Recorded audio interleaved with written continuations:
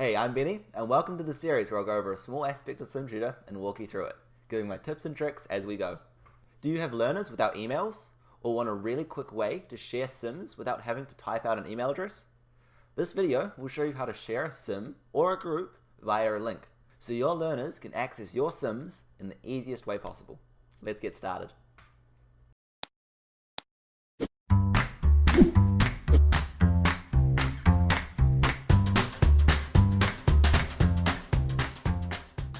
Alright, on our dashboard, we have our two Sims that we want to share.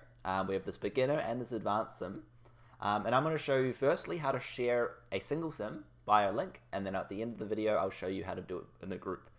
So starting us off, if we wanted to share this beginner Sim, we can go and hit the share button. And what we'd usually do is type in our email address here.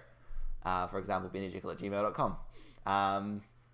But if we don't know what our users' emails are, or we don't really want to just type all our emails out there and we want to just forward a link across, what we can do is click this Allow Viewer Sim Link to be forwarded. This checkbox will bring something at the bottom here, which is called a Forwardable Viewer Sim Link.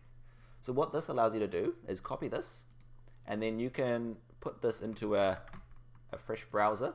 So up here you see that there's a link here, and this link you can just copy into your email or anything you want.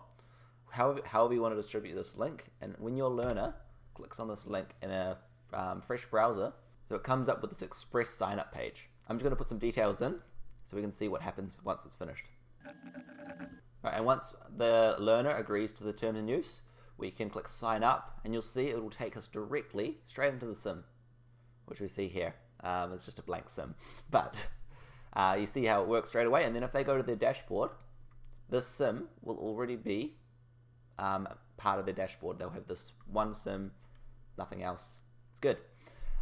So now if we wanted to share both of these, so we have this beginner Sim, but we also want to share this advanced one, but we want to share it at the same time to a new user. So I'm just going to close out of this. We can go to this Manage Access tab, and this is how we access the Groups feature.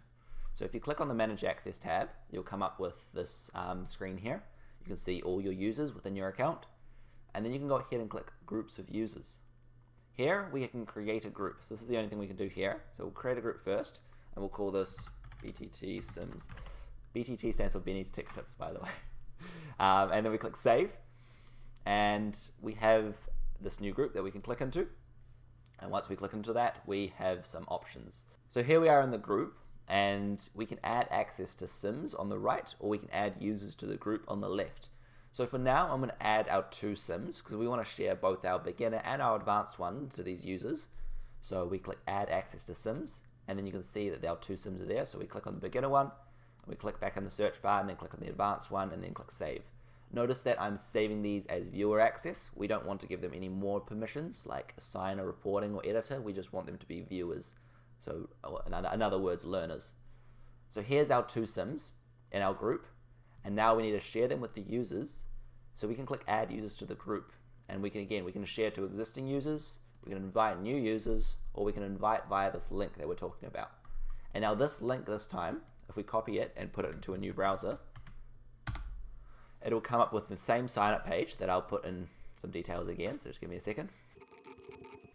And then once we click sign up here, it'll take us, rather than going straight to a Sim, since we're in a group, we're going to be taken to the dashboard. And you'll see that both Sims are present here, and I can take these and click play, and I can go straight into the Sim if I wanted to as a learner, and it's all done. If you are sharing multiple forwardable Sim links with someone, so say if I have these both of these ones here as separate links, so I share this link and then I share this link, rather than creating a new account each time, if the user is already logged in, it'll just add the Sim to their account. So you don't have to create a new account every time you want to do a new Sim. That wouldn't be very practical.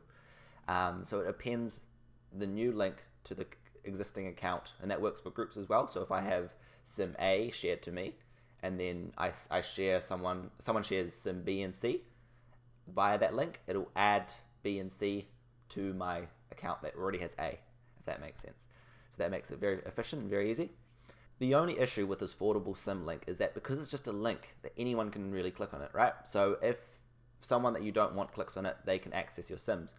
You can remove their access and everything after, but that is the only kind of concern that you have to think about. And if you want a secure way of sharing your sims, then you're probably best to share it the normal way, which is sharing directly to an email address via here or the groups. And that's up to you which way is preferable in terms of security or ease of use, or if they have no emails or anything like that. So yeah, if you have any questions about this kind of type of sharing, email us at info@simtutor.com. And otherwise, we'll see you next time.